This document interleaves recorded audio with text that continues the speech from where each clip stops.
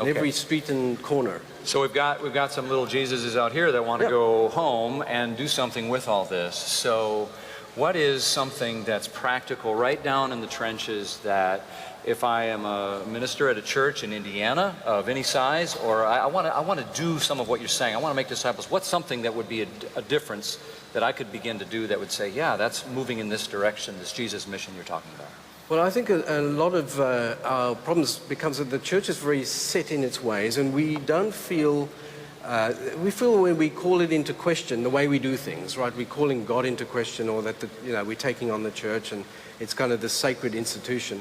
I think we've got to ask the question, how can we do this better? How can we do it differently?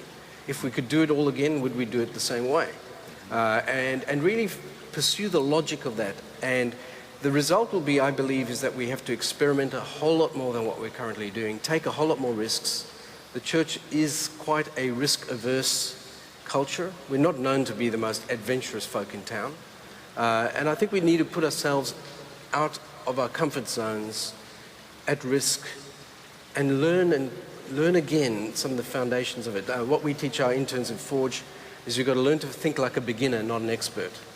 And when you're a beginner, you're in the learning mode. And I think we need to kind of ask the question again, maybe if we were beginning again, and how do I think like a beginner? Not having all the answers, but going on a journey to learn again what church looks like. If we were starting fresh, what would we do if we had nothing to start with? Where would we start, and how would the gospel find its expression right here?